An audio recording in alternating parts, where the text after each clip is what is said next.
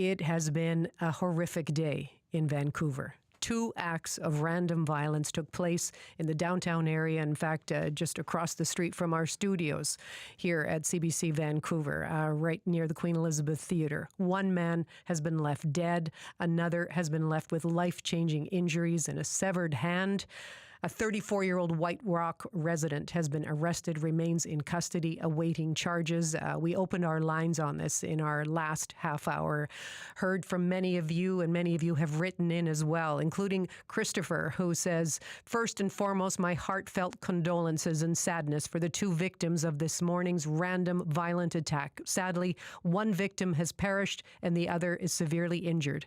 I'm shocked and disturbed by this latest of many random violent attacks perpetrated by mentally disturbed individuals, which seem to be on the increase. Vancouver is no longer the safe city that it once was, and there is now more reluctance to go downtown or even into public spaces. Again, that's part of the email we received from Christopher this afternoon. We will be sharing more of them throughout the afternoon. And with us on the line right now is Bridgitte Anderson, the President and CEO of the Greater Vancouver Board of Trade.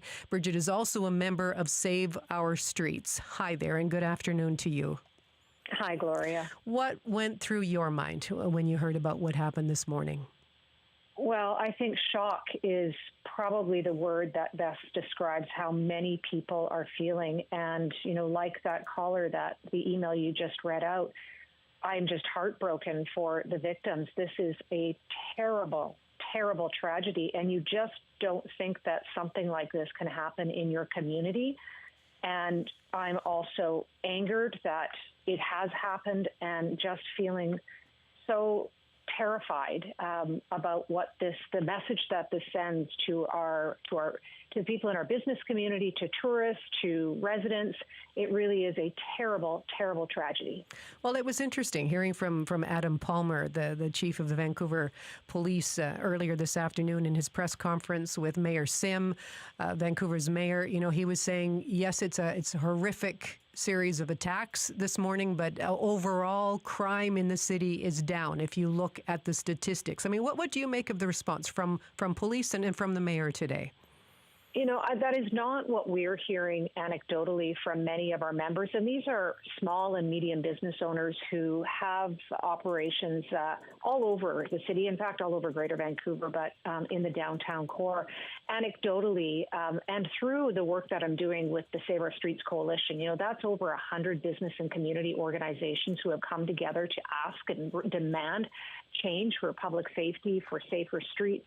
And we are hearing over and over again, whether we're talking about Vancouver or Prince George or Nanaimo, that we have got a problem with mental health and addiction and public safety. And it is time that all levels of government address this across the board.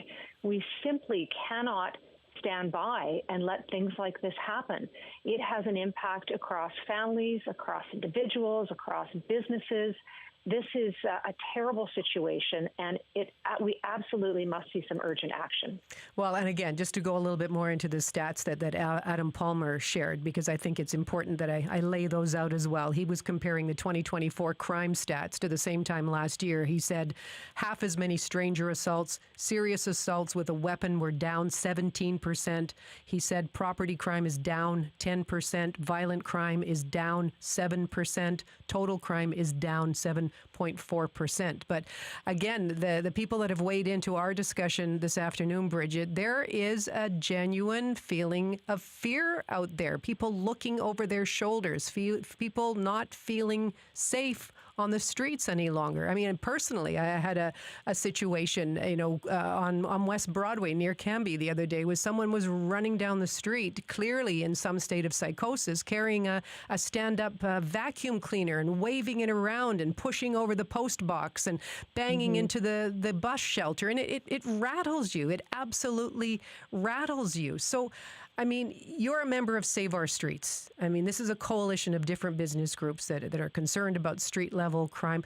I mean, what else are you hearing from your members about the level of crime and safety? I think there's two important things here, Gloria. There's perception and there's facts. And, I don't have the insight into the kind of statistics that the chief is talking about.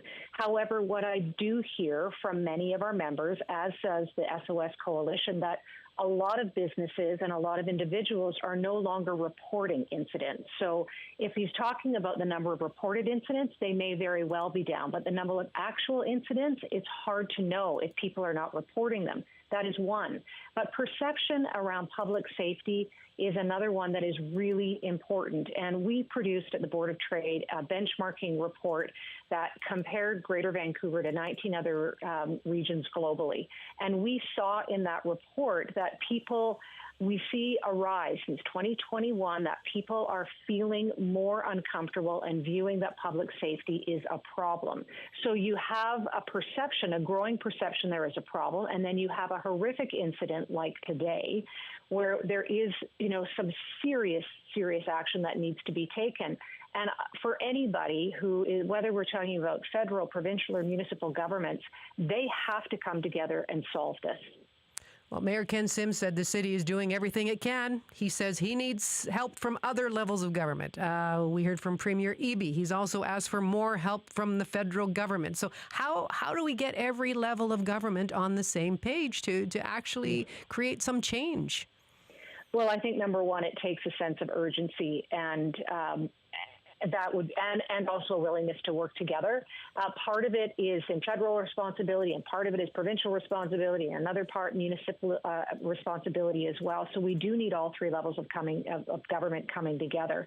We're also in a very unique time, I would say, over this next year or two, where there are opportunities and options for voters to take a look at which party is going to govern when we're talking about provincially or federally. And so I would say to all of those parties, whether they're the current governing party or one that wants to govern, is that we have got a problem with public safety and crime. We have got a problem with mental health and addictions. And it does need to be a priority, not just for the business community, but for families and individuals.